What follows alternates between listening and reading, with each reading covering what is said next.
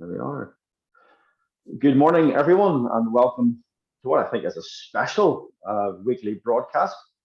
It's Thursday morning, it's 10 a.m. once again, and here we are for the broadcast. Why is it special? Well, first of all, I am not in my usual place. I left the house at 4 a.m. this morning on the way to the airport, and I'm currently in Duke Street, which is a project by Target 5 that's funded on our platform, and we actually have a shareholder meeting in this premises at 11 o'clock this morning. So this is the downstairs kitchen of Duke Street, where I currently am. Tina may join us in a few minutes. If she does, I'll make sure she comes on screen. And our special guest this morning is Steve. Steve, good morning to you. Thank you for joining us. Morning. We'll get a chance to get here for you in a few minutes. And where's Steve located today? So today I'm in London. So usually work from Waterloo in the South Bank. I'm actually taking this call from home with drop off for play dates, etc. This morning. I thought it would be safer to do it from home. Excellent. And David, Steve, when you say Duke Street, what city, country, what are you talking about? Oh, then I'll say Brighton. Yeah, but to say so. Duke Street is in Brighton. So I'm right on the south coast, about 2.5 minutes walk from the beach. So I'm definitely getting an ice cream on the beach before I head on the train back to London. That's definitely on the agenda. Maybe Andy and Tina will take me to an ice cream. They see me did so well with the race. So I'm in Brighton. Steve's in London. John is not in his normal part of the east coast of America. He's actually, I'll let you share where you are, John. Yeah, actually, I'm also on the beach, though it's 11 p.m. at night in Maui, Hawaii. Cool. Nice. So there we are. This is your Wednesday evening, and we're already on Thursday morning. That's right. That's right. We'll finish before my Thursday even starts. Joys of time zones. Okay, let's get straight into it then. And going. So those that obviously attend this regularly, this is a weekly broadcast. Myself, David Johnson, CEO of Leo Crowdfunding, equity property crowdfunding platform. And John, let you introduce yourself formally.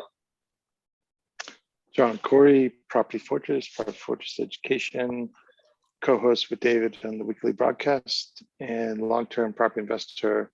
And classically, I would say Bradford to Hawaii. Well, actually, today I'm in Hawaii in a property I own. So, way to go. That's how it happens. Excellent. Thanks for that. So, John, I wasn't sure if you were joined. So, what I will do is massively quickly through the slides. If you're John. No. You can leave it out. You can leave it in. Well, okay. Well, we'll do it at the end. Yeah, we'll bring you at the end to finish off. And if you're okay with time, wasn't sure how long we had. If you're okay with time, so as long as we get this done in a crisp 30 minutes, like you normally do, David. Absolutely, says he with a note of sarcasm. So, the quick sort of 1 or 2 lines from you, John, on the boot camp. I mentioned it last week. I was on this. You were doing the boot camp. You want to just give a couple of lines summary in terms of the success we enjoyed last week? So it's particularly interesting that the bootcamp lands really well with those who are actively doing deals and need to raise more money. They have grown their business to the point where they don't have enough money, and their immediate network of investors also doesn't have the money.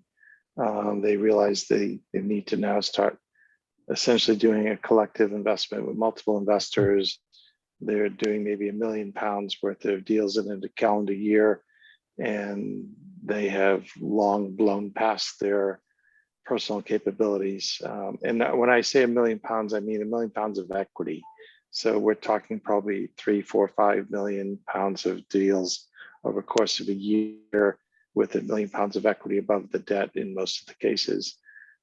So for people like that, this bootcamp is very dialed into what they need.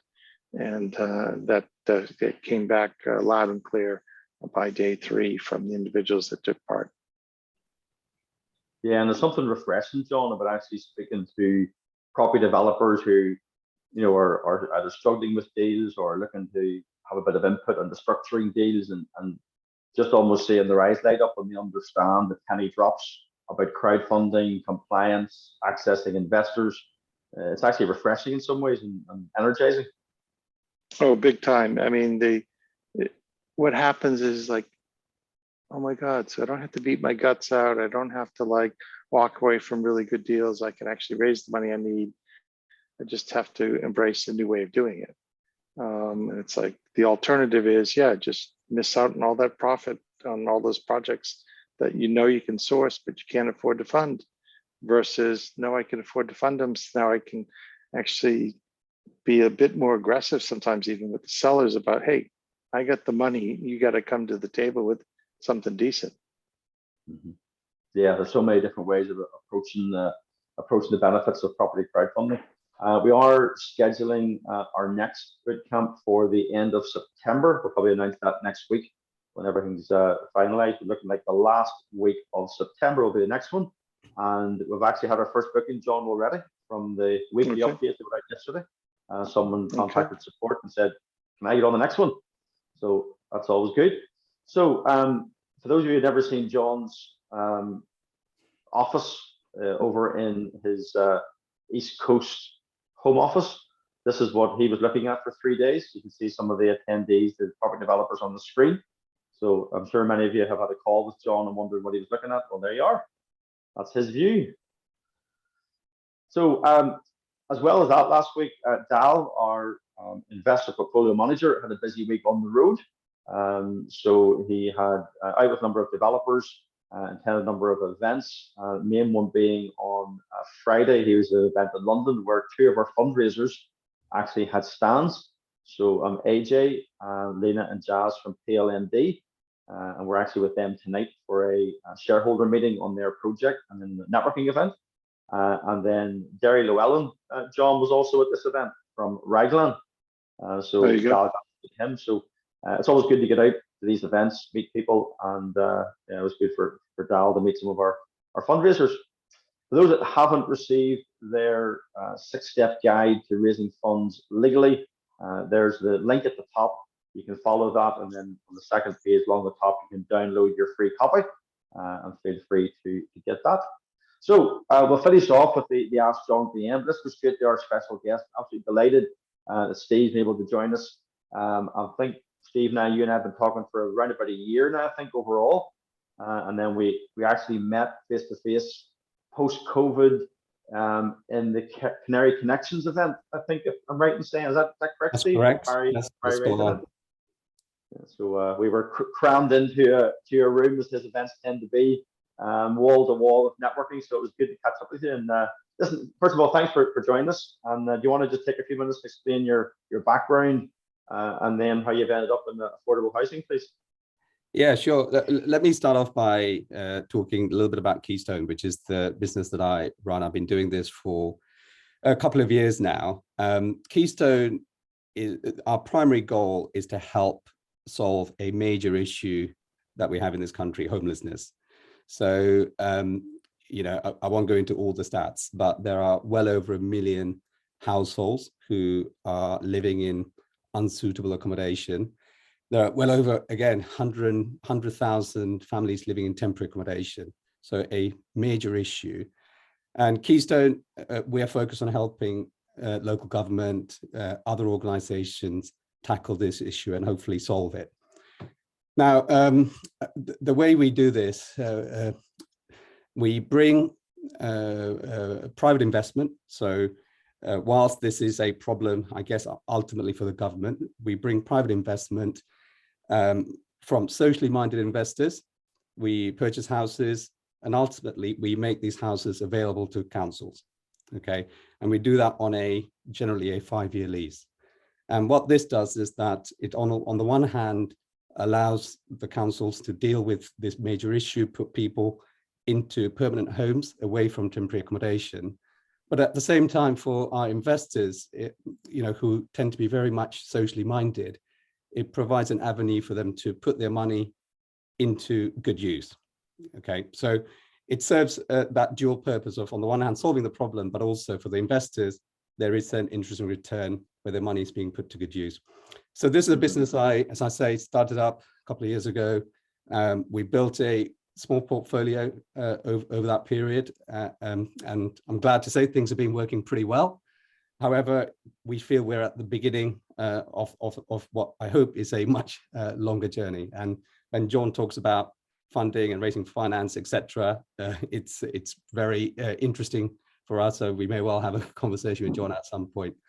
Now, prior to starting the business, my background over the last 25 years has been in the corporate world. So, I went through a standard education, qualified in chemical engineering, and then went to work for a big consulting company, Accenture. From there onto BP, BAE Systems. So very much a corporate background, but also I've been an investor in property for well over 20 years. So starting Keystone for me seemed like a natural progression in some ways, because I had a lot of business experience, but also wanted to do something that has been in the back of mind for a very long time, which is to do something with the social focus. So that's how I ended up starting Keystone. And just briefly, I do have also personal experience of going through this whole process of living in difficult situations, temporary housing. So it has been a topic very close to my heart for a long time.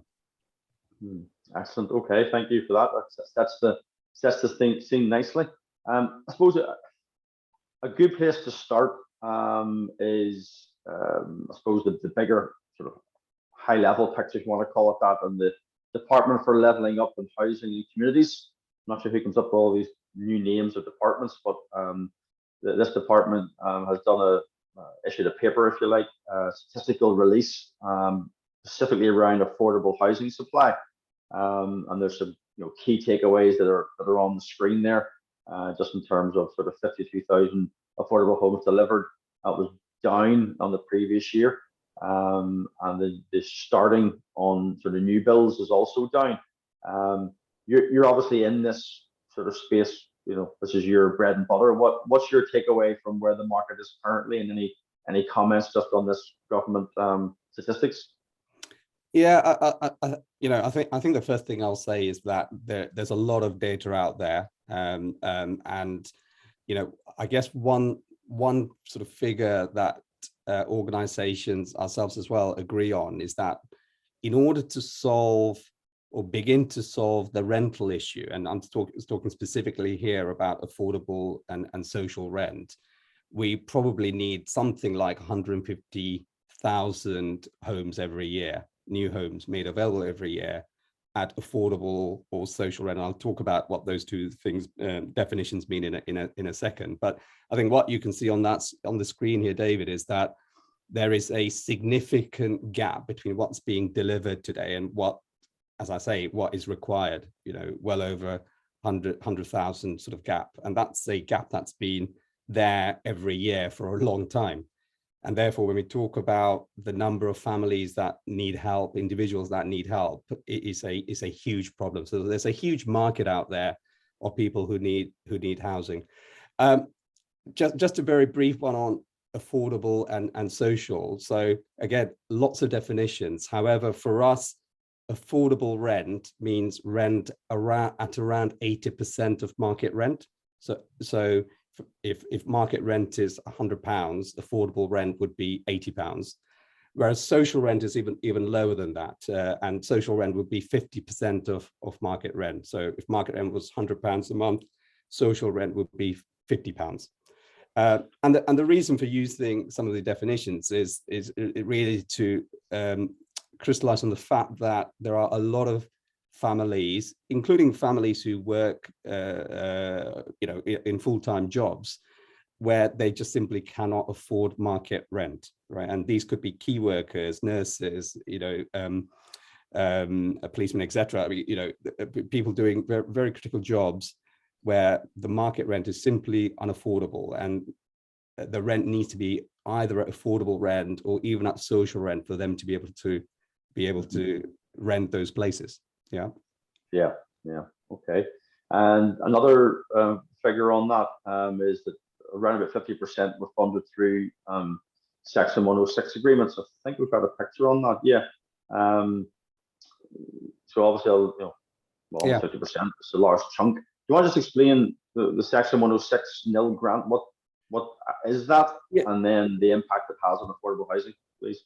Yeah, I think what you can see in this chart is that historically the provision of social housing that's affordable or at social rent was provided a long time ago. It was the local authorities really who were doing that, and over at the end of last century, that shifted from local authority to housing associations. So local government ownership into, housing associations, which are essentially charities.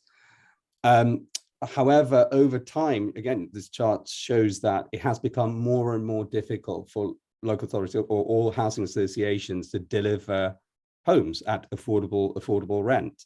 The way that councils and local authorities have been able to make that work to an extent is using the Section 106 rules or agreements, whereby private developers, where they are developing housing for the open market, provide a percentage of those homes for social purposes.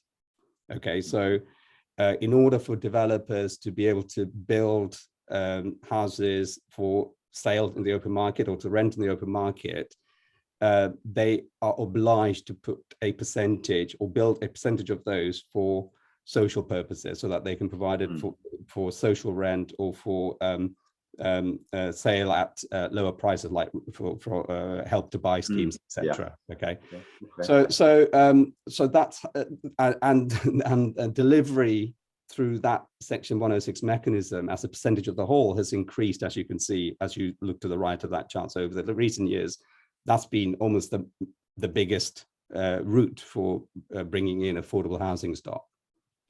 Okay, no, that's interesting. I know, John, you've obviously kept an eye on these things, and you like looking at the whole sort of history of the housing market, buying and renting, right back to after pre-war, after the war and things like that. I mean, any observations on this sort of sector and recent trends?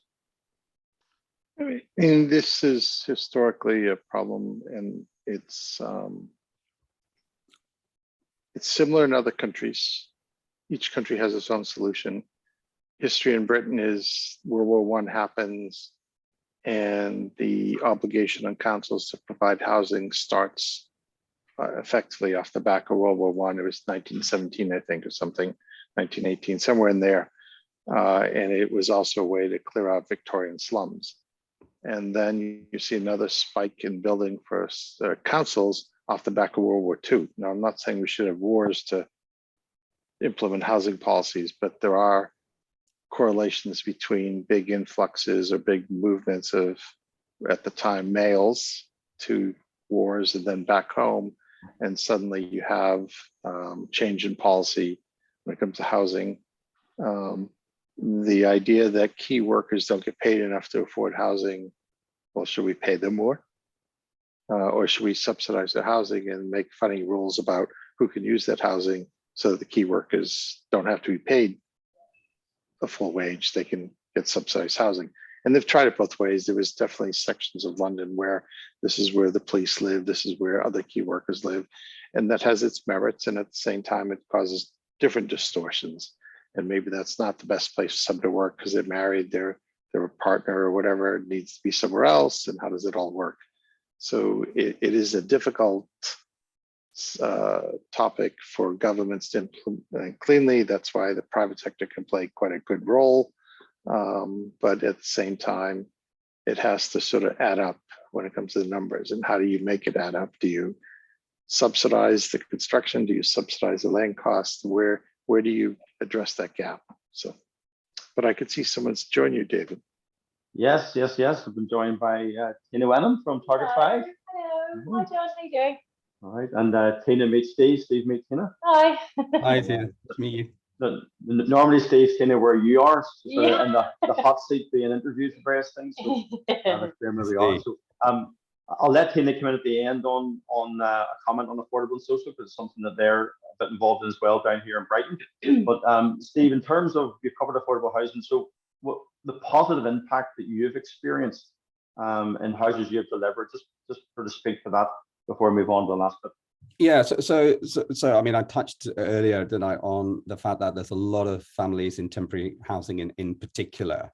And when we do our work of bringing in private investment, using that to purchase houses and make this available to the councils, what's happening is that those houses are then being used for those people who are in temporary accommodation, who are then moving into those houses on a much more permanent basis, up to 5 years, or even longer. So, you know, moving people, giving them a stable home from which they can, you know, apply for employment, for kids to have schools, is clearly a massive benefit. And that's before we start talking about some of the mental health issues and other health issues of living in temporary accommodation, which unfortunately can be very poor quality housing. So there's a very positive impact in doing that. I just wanted to add one more thing that we do at Keystone, which I didn't touch on at the beginning, which is that as well as providing homes being a very key part of what we do, we also work closely with the families who move into those houses, because they tend to be unemployed on benefits, and we have one of our primary goal is to work with those families to get adults back into employment by providing them help with job applications, interview skills, even, you know, kind of helping them with getting ready, clothing, etc. for interviews. And so we have that goal of let's make a permanent change rather than this being just about providing a home. On top of that, for kids, you know, particularly we touched on the pandemic earlier, where children from low-income families, the impact on them over missing schooling, etc., has been very significant. And so we're working through a volunteer network that we have to support those children, give them tutorials in maths, English, etc., anything else that they might feel they have gaps in. So it's a holistic service of homes, of getting people into employment, kids in, you know, support with education. So it's a full-on service that we're providing, and so in terms of having that positive impact, it's for the first time, I guess, you know, having that stability, having that, you know, being able to lay down those strong roots from which you can then, you know, improve the remainder of your livelihood and your lives. So around that strong basis. Yeah, it's interesting the additional kind of support you're bringing there, which is very, very interesting. So I know kind of affordable housing is also something close to your heart as well. Yeah, I mean, it's something we've at Target 5 we've been. I mean, it wasn't called social housing or social impact when we first started doing it. It was working with registered providers. You know, it was providing housing through the you know, housing that we've created to charities, to councils. And it's sort of become a much more hot topic, I guess, in some ways. And I think you touched on it because of the pandemic and the lockdowns and things. I think it's become very important that we as developers find a way to give back. You know, we've been working with a charity in one of our properties in Worthing, a 10-bedroom. We've had the same registered charity provider in there for probably 10 years now. But it wasn't as hot a topic then. It's always been, and I noticed one of the questions on the screen, a challenge for developers to do it profitably and, you know, make it a commercial decision to be able to do it, as well as a moral and ethical decision, because it's very hard with lending, it's very hard with planning.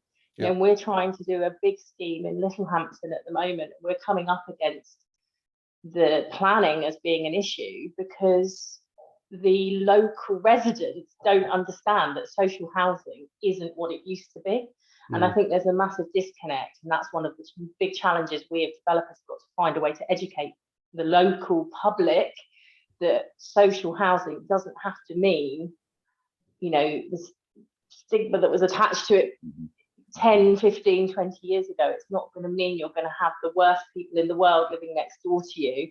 It is a positive social impact. And we're trying to find ways to do that. And we're working with some good planning consultants and some quite active advocates. And we're speaking to local councils and the mayor and all sorts of things like that to try and find a way to understand what the local community see as issues and show how we've already been trying to change that, but it's still not quite being understood. And I think that's where one of the biggest challenges to enable us as developers to continue to provide this affordable and social impact housing will be if there's not a shift in education in what it means now. And also a really good point. So just to finish off, Steve, you want to either comment on what Tina said or add some more things to the challenges for developers? We've got about a minute left in this segment. Yeah, sure. I think first of all, I think that there are huge opportunities around the country. If you look at price of properties, London, we know, is very, very expensive for what's on offer. However, plenty of regions around the country where you can still find very good quality homes for under £100,000. You know, we operate more at the £75,000 mark. So great opportunities there. In terms of challenge for developers, the scheme that we operate, where we've got these strong partnerships with councils and for charities, you'll be surprised to know that despite the huge pressures on those councils to house people, their criteria can be very, very high, way higher than in the open market. So we regularly have to far exceed safety considerations, you know, the quality of kitchens, for example, very often putting in new kitchens in. We're putting in, damp proofing from scratch. So the criteria is high, but at the same time, councils are looking at this from a long-term perspective. So 5 years, 10 years, 15 years. Once you've given the property over to the council, you literally do walk away because they take care of absolutely everything. You've got guaranteed rent, you have zero maintenance. So in terms of a steady income, whilst doing all of this positive work in housing people who really need the housing, it's a strong model for landlords. And financially, as mentioned, it's challenging but perfectly workable. And we've been doing this, as I say, we've been, you know, over the last year, built a portfolio of 15. We want to kind of increase that 5-fold, maybe 10-fold over the coming year and a half. And if you work closely with the councils, then they help you identify the right properties that are empty, that need renovation. Great opportunity to buy below market, significantly below market rent, get the property ready, and then through the leasing scheme with the council have guaranteed income for a very, very long time. So it's a very interesting model that will at the same time help solve this major social issue that we have.